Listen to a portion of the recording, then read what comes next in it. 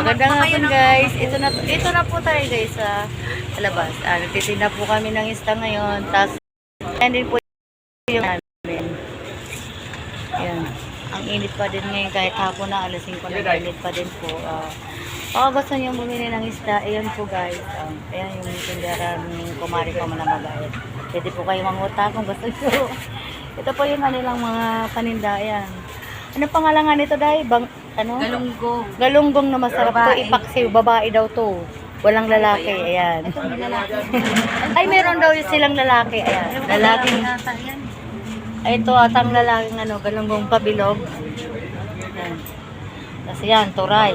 Turay. Masarap ipaksiw, iihaw. Ayan. Sarap to guys. Ayan. Mayroon silang bangus, may tilapia. Ayan. Tilapia bangus guys. Baka gusto niya opposite.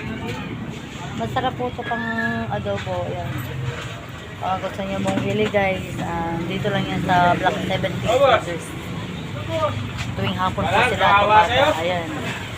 Sarap po yan guys. Sariwang sariwa po yan. Bago lagi ang kanila. Ayan po yung aming tindahan. Ayan po yung asawa kong makulit. Ayan. Ay, bili kayo fishball oh.